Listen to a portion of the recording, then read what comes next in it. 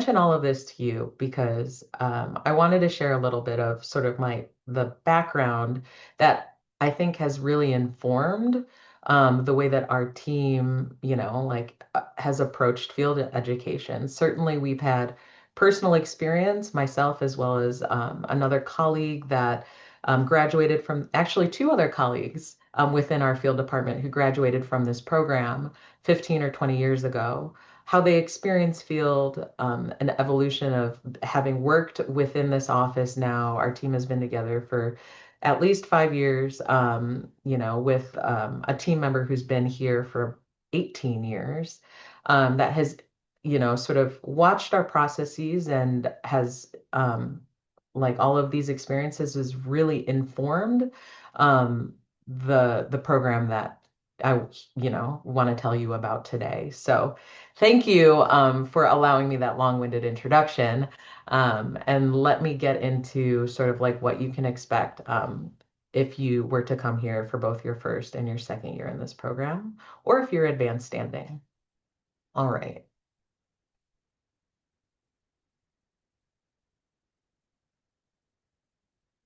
Huh.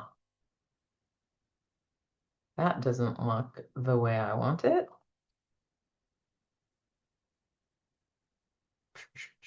Oh, okay, okay. Second screen. Here we go again.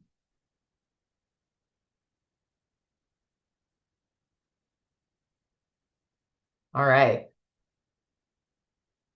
I'm showing my older millennialness in this moment. All right, great. So the right person, that's me, Susan Klumpner, here to present to you what field education looks like here. But of course, we wouldn't be able to have such a robust program if we didn't have all of these folks also working within our office. Certainly, all of our contact information is available on the Crown Family School website. As well as if you shoot us a quick email, we'll respond to you. I can leave you a bookings link, or I can have Aaliyah and Ron and the admissions team share that with you all if you'd prefer to just book straight into our calendar without sending you an email. Um, Everything is good, right? So Melissa is our associate director. Again, she's been working with the field office for about 4 years now. Suzanne is our newest team member. She's also an alum of this program. She primarily works with first year students, so incoming students. So you'll be seeing her name a lot more. As she'll be communicating a lot of really important details around matching. In a couple of months, around May, you'll be hearing from her. And then Michael Ray Williams works with our part-time students as well as advanced standing. So advanced standing students, you'll be working individually. Same thing with part-time students with Michael. Alice, she's the field office's queen.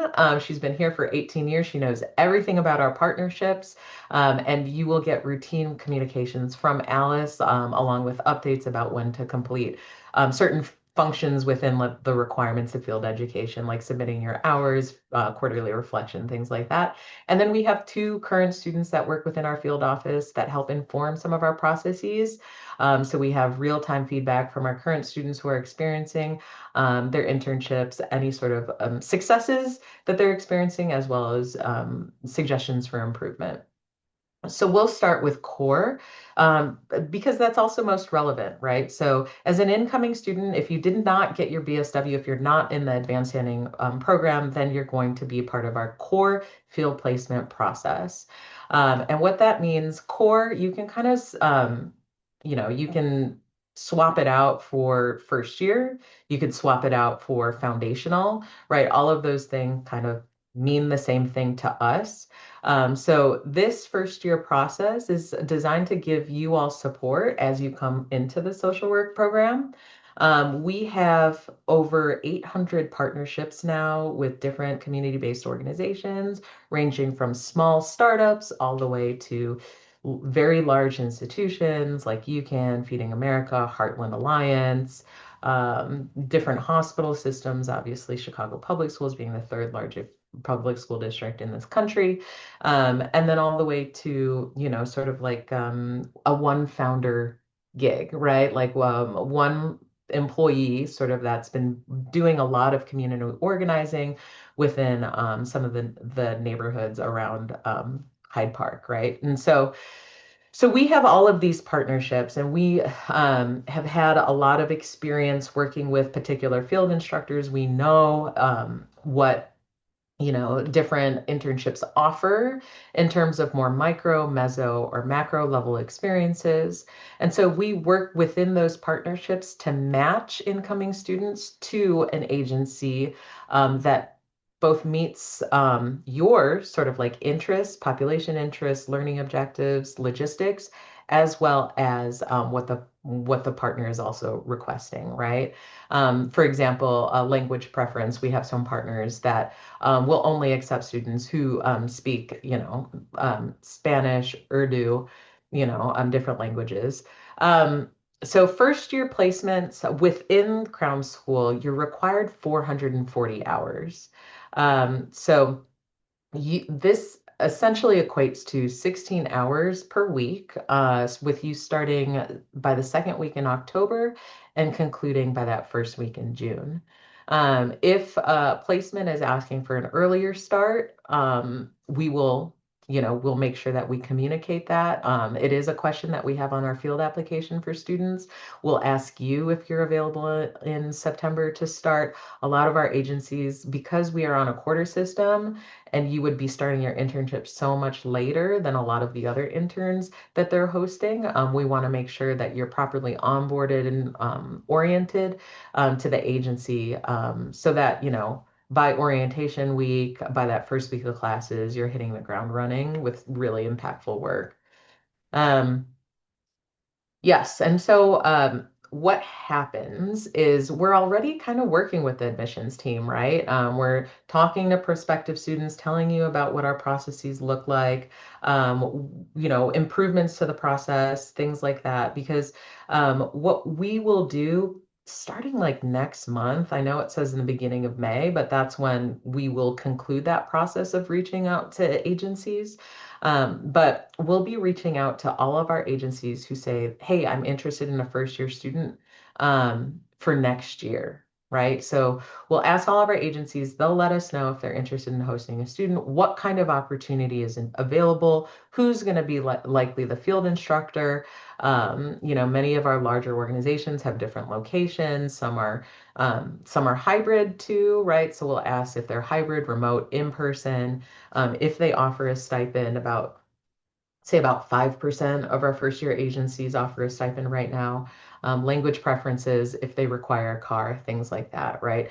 So we'll ask them everything that we need to know in order to make a really great match on our end to the agencies, right? But then the other very important side of the coin is your feedback, right? And so what we will do is, as soon as you accept your admissions, and this typically happens, Ron, I think like April, right? Or like early May.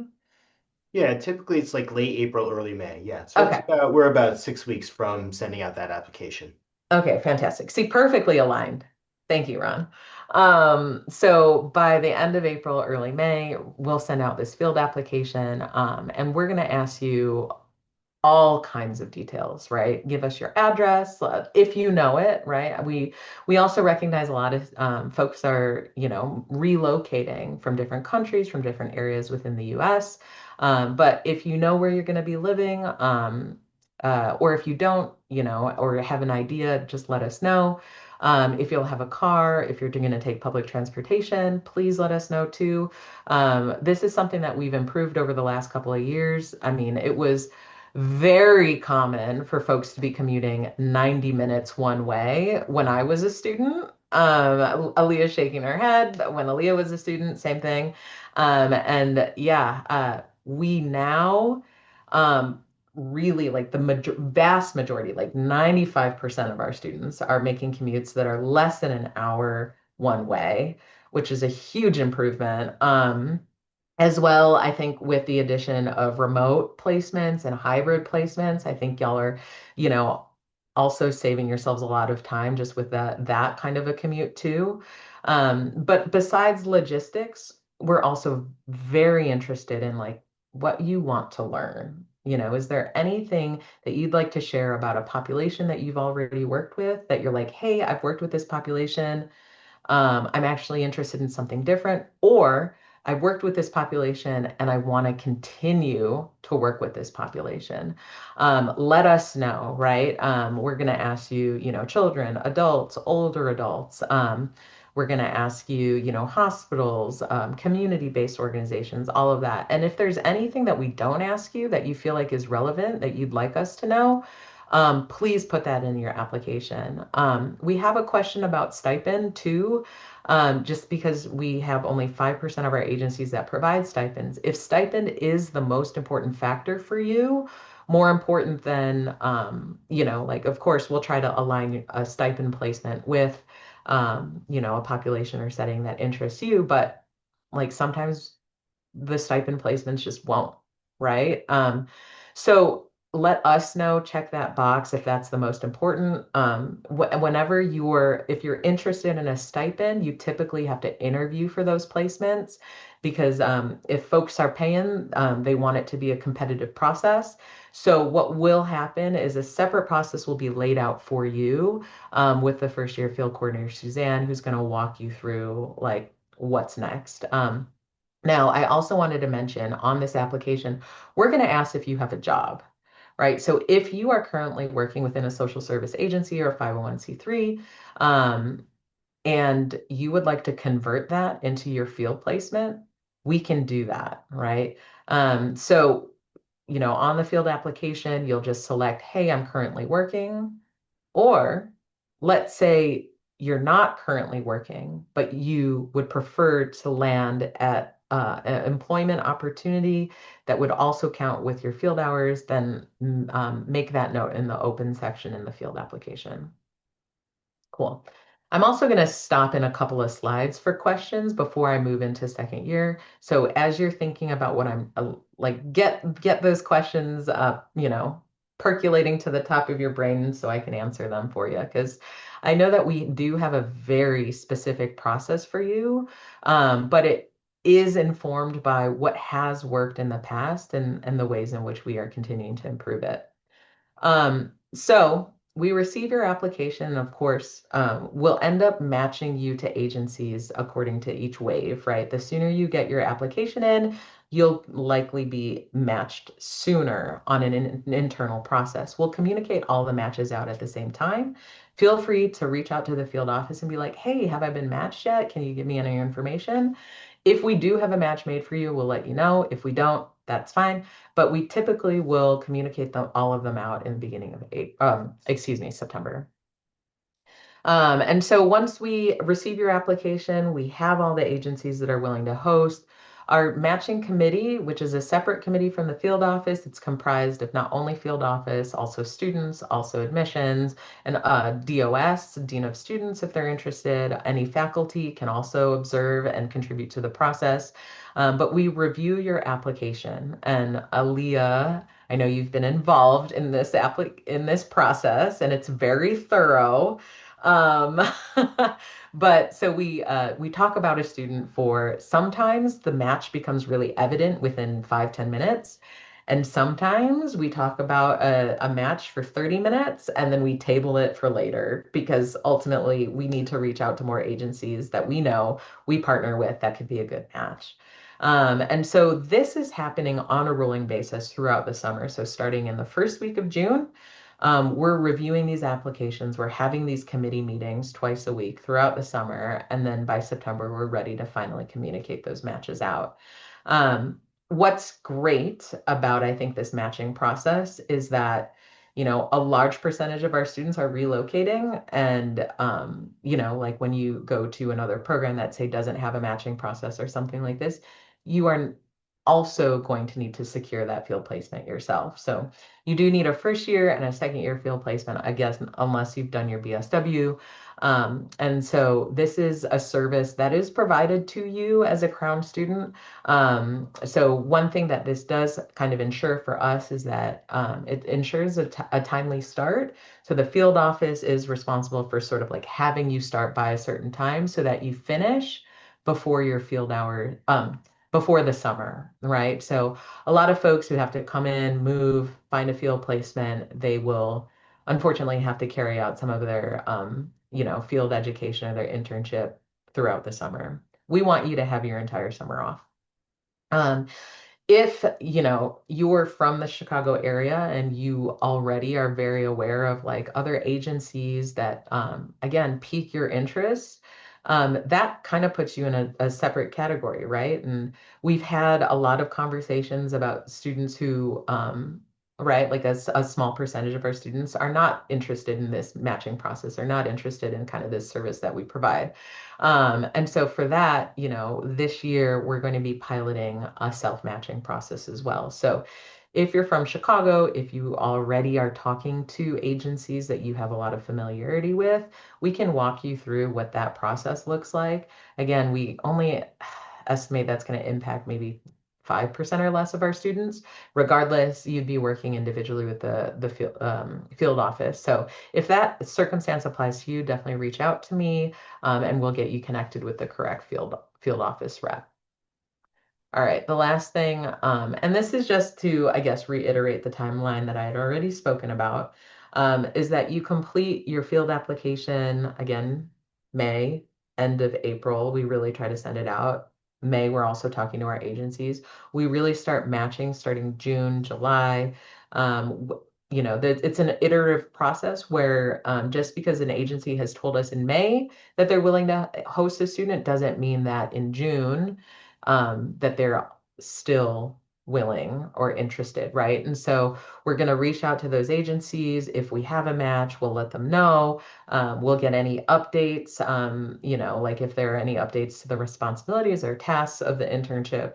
And then, in August, that's when, we begin, right? If you are a stipend, if you're interested in a stipend, then you'd be potentially interviewing with different agencies, things like that. That would all happen before September. So those matches, if you are interested in a stipend, would happen before September. We on the back end start creating like your field cohorts, right? So you'll be in the same field cohorts throughout the year. So we start like looking at which agencies we think would complement one another to have different perspectives, as well as student demographic makeup, as well as our field consultants, their areas of expertise. We would sort of make a match there. And then again, in September, that's when we communicate it out. We start with field readiness workshops, and then you all start your field placements in October. Um, just to give you a little bit, there is no match. So I'm going to stop here and see if folks have any questions because this is the process that's laid out first. Sophie? Hi, and it's really, really helpful. Um, I wanted to ask about, like, I know in addition to the form, or I guess in addition to the form, if there's any opportunities to have like a live conversation before we're placed. Especially for me, this is like a career change, so I'm kind of in a I don't know what I don't know situation. So Mhm. I'd love to have the opportunity to have like a live conversation either like before filling out the form and potentially like after, but wanted to see if there's any kind of existing process there. Yeah, absolutely. Okay, so um, let me drop in our booking schedule really quickly in the chat. And I encourage any student who wants to talk to a field office person live, um, feel free to book with any one of us. I will say that Suzanne is the facilitator of the matching committee, and she primarily works with first year students who are full-time students. So if that fits the bill, definitely book with her. If you're interested in the part-time program, definitely book with Michael because do have different processes. That's super helpful. Thank you so much. Yep. Adesola, Good afternoon. It's Adeshala. Adeshala, nice to meet you. Nice to meet you. So on one of the slides in the deck, it asked about an address. So I wanted to know if we would put the organization that we're interested in, or that is for our personal address. So it's a two-part question. So I asked because I'm a relocating student, and so Mhm. I have not identified housing just yet. And so I Mhm. wanted to know, I guess if I had someone who resides in Chicago, would I put their address or should I just still put my home address? Yeah. So you would so if you're moving and you don't know which address you're going to be at, a lot of our students will put Hyde Park if they think that they're going to be in Hyde Park because you're going to be on campus 2 days a week. Um, and if you don't put an address, we will assume that we need to match you somewhere that's like central or have a hybrid schedule where you're only having one potentially long commute day and then the other one is work from home kind of situation. So yeah, I mean, I think you can always also reach back out to the field office when you know your address, right? And all of that information is incredibly helpful. So even if you don't know it until like July or August, that's okay. Reach out to us, let us know so we can at least check to see that that agency makes sense in terms of commuting, things like that. Great, thank you so much. Yep, you're welcome. There were a couple in the chat, Susan. I can read them out if you want. The first Sure. is, do field placements typically continue during academic year breaks, like winter or December break? Not first year field placements. Mhm. So first year field placements, like again, it's all based on our partnership, is that they have to observe the school breaks that the school has. Second year placements are a little bit different because you're interviewing and you're sort of applying to agencies based on what they offer. And so, like let's say your second year, you're in a private practice and they don't want you to go without 2 weeks seeing your clients kind of thing. And your winter break is a month. Um, they express that at the beginning of the application process, and then you choose whether or not to apply to a place like that because we do the matching process, we tell our agencies, hey, like our students don't really have a choice here, right? And so we're going to make sure that our students are getting their full winter break, they're getting their spring break. Um, yeah. Great. And then there's a question about the part-time program. So are there any notable differences between the processes you've outlined thus far in the part-time program field placement process? Yeah. So the part-time program is typically much smaller than the full-time program. And the key differences there is the part-time program students are in placements for 8 to 10 hours a week instead of 16 hours. And so sometimes agencies hear that and they say, oh, like I don't think we have work, that can be done in that small amount of time. We really need we have the type of placement where we need a student to be there 2 days a week. Like they need to understand the culture, like they need to, it's just a little bit more involved. A lot of our part-time placements also tend to be a little bit more meso macro oriented. So a little bit more like policy creation, development, program evaluation, research, nonprofits, management kind of stuff. And so, yeah, so the part-time process then looks like our part-time coordinator would reach out to you, have a conversation because ultimately they'll need to find an agency that's willing to accept a student for 8 to 10 hours. Because unfortunately, I think we contend with like the external pressures of what field placement looks like for all of our partners as well, and like the most common number of hours that they host interns for is 16 to 24. For first year. I did say about 5% for first year agencies, but for second year agencies, we're looking at more like 35% of our partners are now providing stipends or some kind of monetary compensation. So there is a pretty big difference in the expectations of what a second year is able to kind of produce and provide within your internship. Certainly, both are supposed to be learning, educational. um, parts of your education. And so this is why like we work with our partners to help them better understand that this is a learning experience for you and that they should not rely or have the student feel responsible for enacting, critical pieces of their business. Anything else, Leah, in there? Yeah, there's a couple more, and some might be better for after your second part, but I do think this is a good question for anyone. What does support look like for students if they're having a difficult time with their placement? Kelly, I'm glad you brought that up because I know that that is not a unique experience for folks who have been in internships before, like BSW, or if you were a intern somewhere. So this is one thing that I think makes our program very unique. Is I only look behind me because there's a board that has all of our consultants and all of our cohorts and things like that. But this year we have 22 field consultants.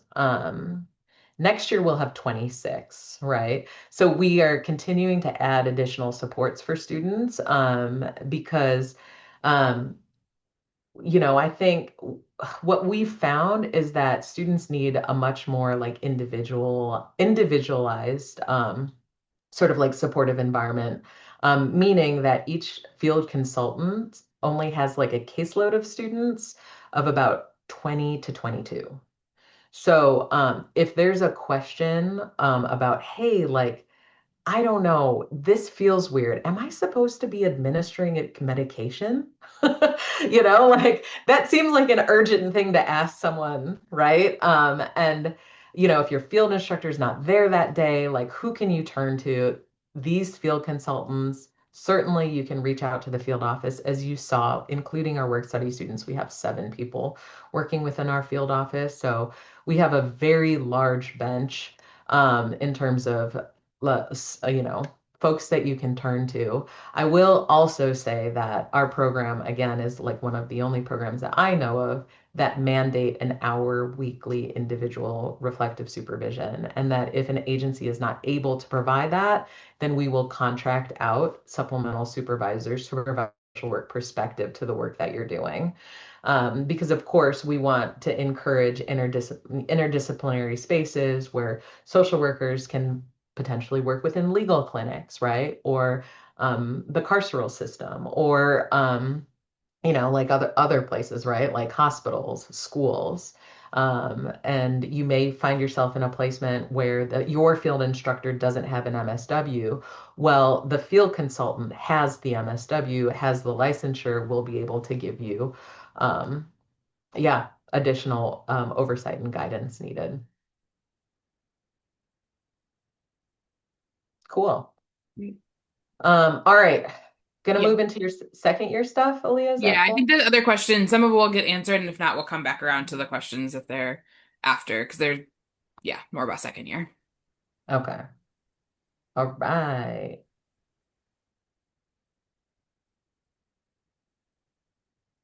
So something magical happens between your first and second year. You become advanced. So your first year, your core, you're coming in, you're learning the profession, or you've been in the profession for a while, right? So we certainly have many students where that is the case.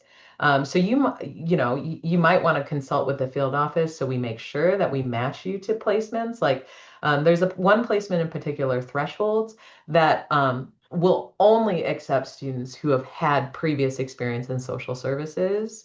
There are some youth development agencies that will only accept students who have had previous experience with working with children and adolescents. So definitely let us know on your field application so we can make an appropriate match, because we want to make sure that not only are we meeting students who social work is a new field that they're coming into, but we're also challenging students who have been working in social work for a while now. All right, here we are.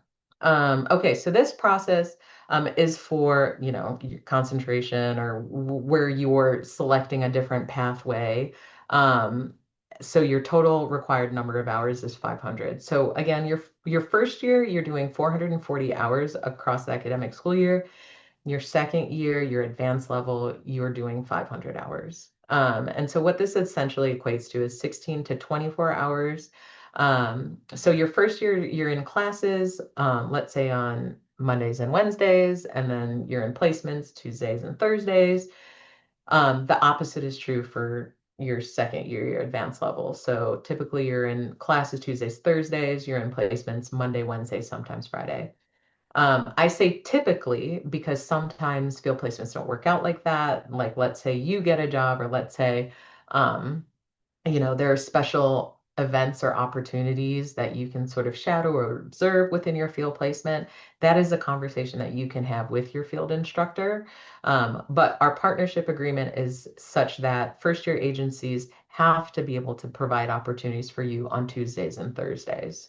And then again, your second year placement is a little bit different because you're going to be able to select, right? Enter the competitive process where you're applying, you're interviewing, and then ultimately selecting a placement. You're selecting an offer.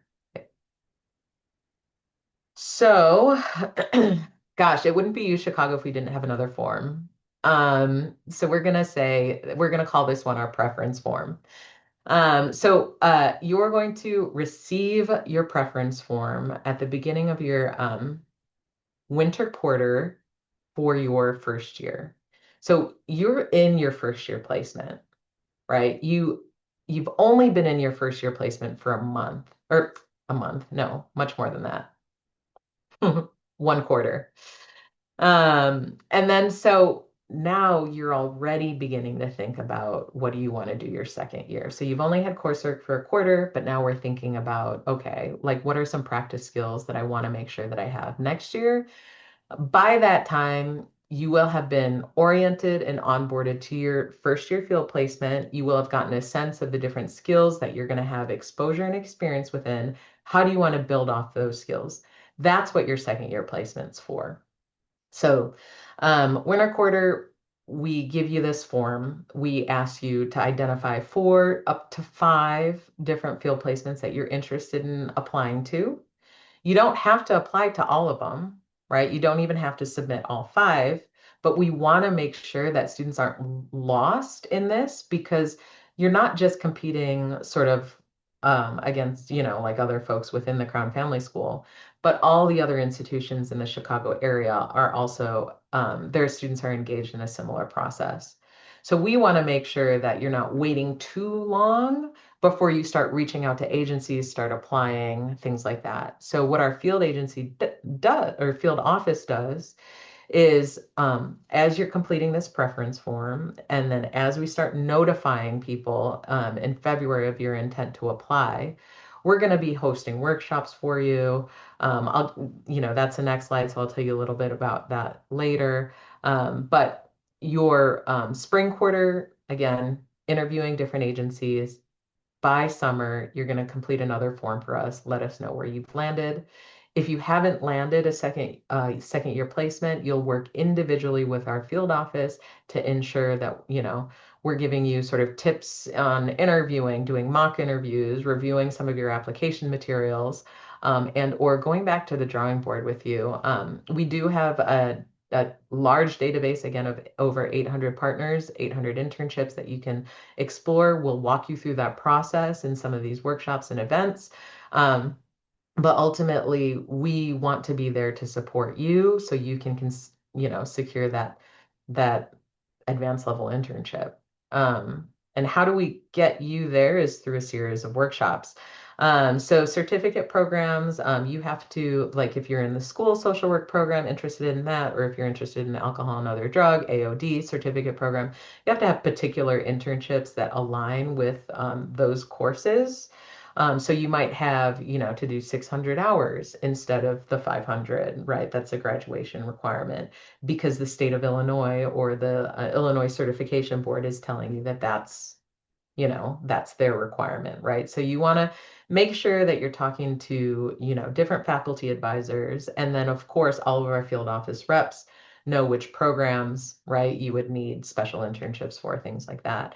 The reason why we have medical by itself is because there's not like a certificate program for working in hospitals, but a large number of our students, are interested in getting that experience. And so we host a separate workshop for those students because they start looking for their second year internship in December. So still in that fall quarter, which is why it's so much earlier.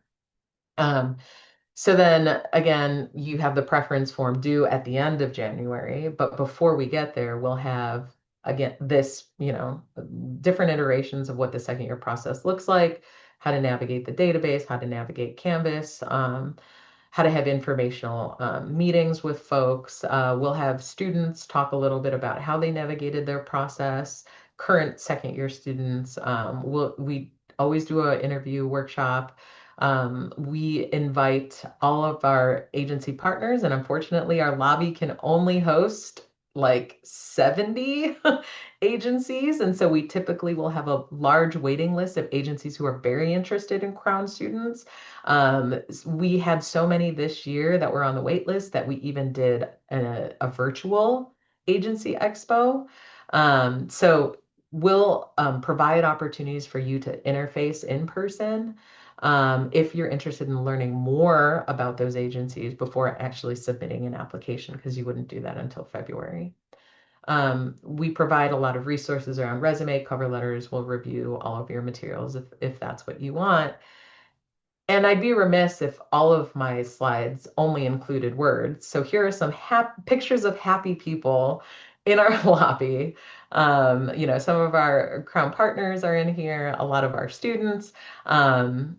Yeah, and just, circulating through our lobby, we actually open up the library too to be able to accommodate all of those agencies. And last year during the agency expo, we actually had a student come away from meeting with an agency with a job. So it was a pretty special. We've been running it for a few years, but it's an event that I think brings all of the different Crown departments together. And so lastly, if you're in a sort of traditional timeline, not advanced standing, but coming in as a full-time first year student, then you're coming in, you're doing the field placement form, in a couple of months. We would introduce you this summer, right? September. You would start with some field readiness workshops. We have 13 hours of like professional development trainings, things like that we want to make sure that students have exposure to before being in placement or concurrently if you have an early start. Then you start in October. This winter quarter, you're talking with us again. You're going to be real tired of my voice. Um, but that's when we complete the field preference form, start interviewing, you're tapping into the field office resources, you're going to your field consultant and talking about like how did they sort of navigate this process or how they coach students through this process, this competitive process. You're confirming with us by the end of your first year. And then you start your second year field placement. And again, while you're not going to have like if the field office as much, you're going to kind of say goodbye to us and you're going to really say hello to your field consultants. You're really going to dig into your second year field placement. The seminars really follow a format that's more like case consultation, both on like micro and macro oriented case consultations. And certainly, of course, if anything goes awry, if there's a need for an early termination, things like that, you would plug in directly with the field office. So that brings me to my last slide, which is questions, some more questions. One of the questions in the chat is about advanced, so the timeline for advanced standing looks like. So advanced standing, if you've applied, right, you've been notified, or is it rolling admissions for advanced standing? Yeah, we still have a handful who are deciding, but most people have their decision. Okay. So once you decide, then you get the field application form. Once you get the field application form, on our end, Michael will reach out to you. If you are like, hey, I did the application, it's been a week, and you're just like, when's Michael going to reach out? Reach out to Michael. Go ahead, click on that link that I put in the chat, and schedule an appointment with him, so he can walk through what securing your advanced level field placement looks like. Because again, it's a competitive process. So you're coming in needing to identify several different agencies that you're interested in applying to. But he works individually with all of those students. Um, there is a couple questions that are a little bit more broad. The first is, do second year placements often result in full-time offers post graduation? And if that's the case, is it better to save your second year placement in the agency or field you hope to work in? I might like clinical placements if you're hoping to pursue licensure. Yeah.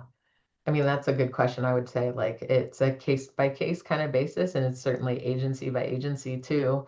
Obviously not every agency is going to be engaging in a hiring process, right, by the time that you finish your internship. But I'd be remiss if I didn't say I interned at CPS thinking that hopefully I was going to get a job there. Unfortunately, there was a hiring freeze right when I came out. I think a lot of folks will plan for things like that. But I will say it's definitely not unheard of. There's a good percentage of folks that I'm sure land at their field placement, particularly private practices, because of what we've with private practice models is that they're using like internships as a way to kind of like see, right, whether or not like a recruitment pipeline for staff. So we have talked to different partners who have overtly said that that's what they do too. Metropolitan Family Services is one of them, has a really strong relationship with Crown Family School and very much likes to hire their interns. Some folks factored into their plan, others not so much. It's very case by case basis because a lot of folks may not stay in the Chicago area, but some will.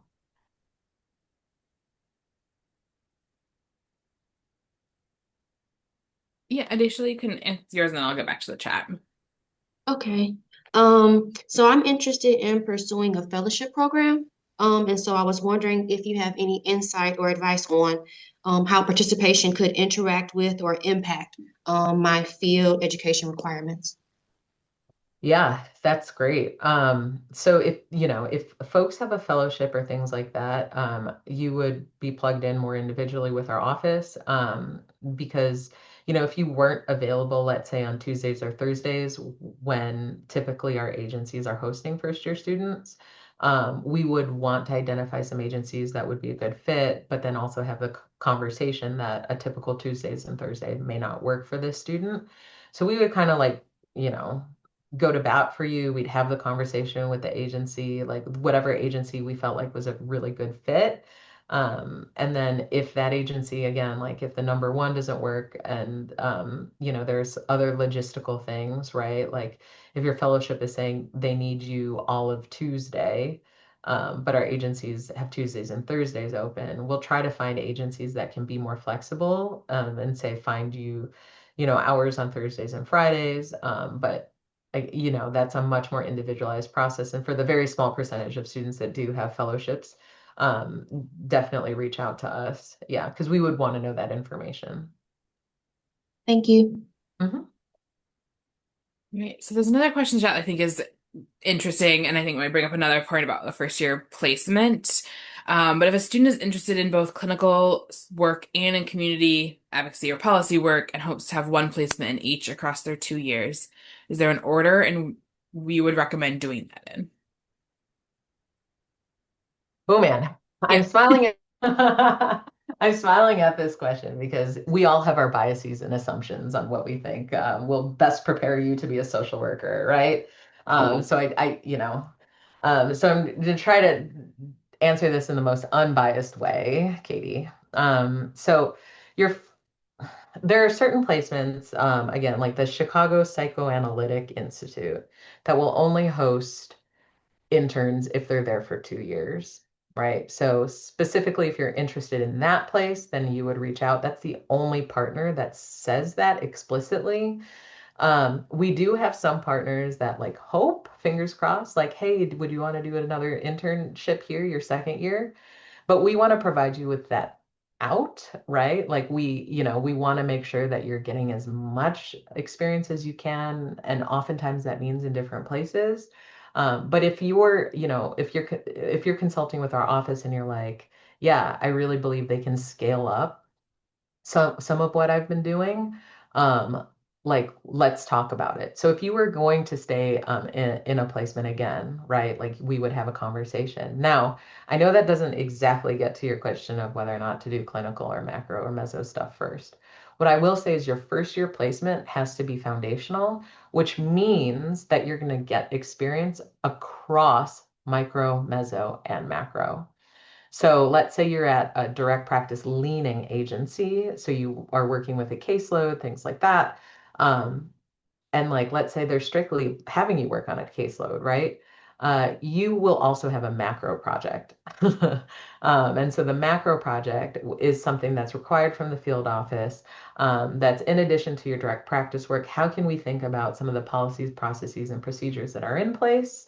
That maybe are working or not working. You'd work with your field instructor to identify that as well as your field consultant. You can consult with our office. So your first year, you will have experience across all of those levels. So it's not even like that you have to select one or the other for your first or your second year. You're going to get all levels your first year. And then by that time, you can take your second year placement to decide, well, what do I want to specialize in? Do I want to specialize more in microclinical or do I want to specialize more in like research and evaluation, right? Um, but you'll have more time and you'll at least have 1 quarter under your belt and another quarter of, field education, before you make that decision.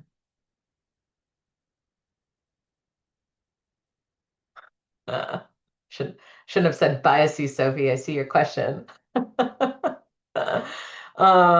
Yeah, so, ah, um, I will speak for myself. So when I was when I was a student at Crown, I wanted to work as a school social worker before working on educational policy and research.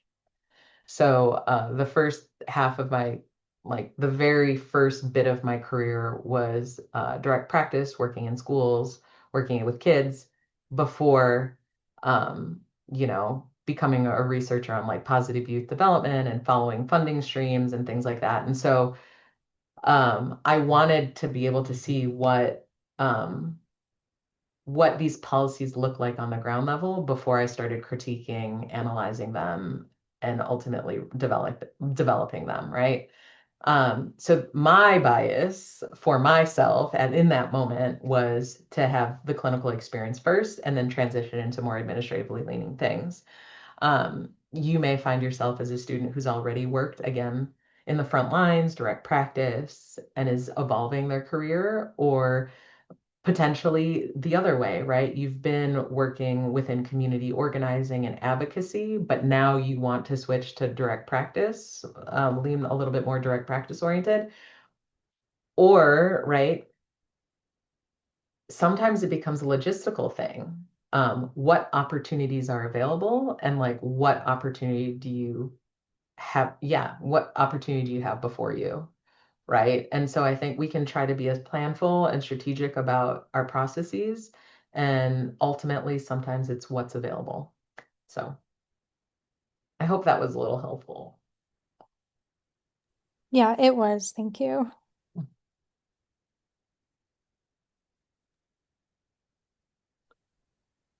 Think we got everything in the chat. If anything goes missed, please resend it or come off mute so we don't miss anything. But I think we got everything. Um, unless there are any other questions. I have another question, if that's okay. I guess like taking a step back, like what is the purpose or purposes of field placements? Like obviously it is a requirement for the degree. Like we've been asking questions about like how it positions you for a role after graduation and how it builds skills. But like in your perspective, how should we think about the purpose of a field placement? Because I'm almost wondering if like some of my questions have been misplaced and it's less about like what is going to like tactically result in employment in different areas versus like really building skills. So could you help me understand that a little bit? No, absolutely. And I appreciate the question. I mean, honestly, my like go-to opinion is that field education is the cornerstone of social work education, right? Um, like I think a lot of folks have said, it's the application of social work theories that you learn about in the classroom, um, and actually contextualizing it, right? So you'll learn, and you've probably heard also about Bronfenbrenner and person and environment and a contextual perspective, but it's the experience of actually applying, you know, theoretically what's supposed to happen into what's actually happening and how can we improve some of those programs and processes and systems. um, and yeah, I mean, I think even the nuts and bolts of it are incredibly important, right? Like, I think some placements you'll have experience in like assisting a client in applying for SNAP or other public welfare benefits, things like that.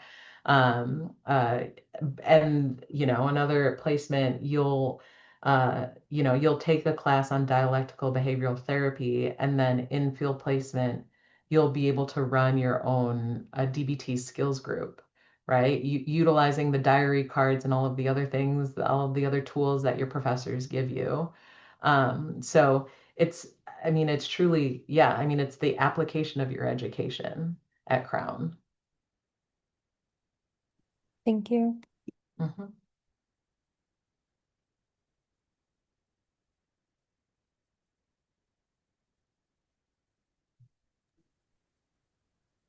Anything else? You have 1 minute. Any last burning questions?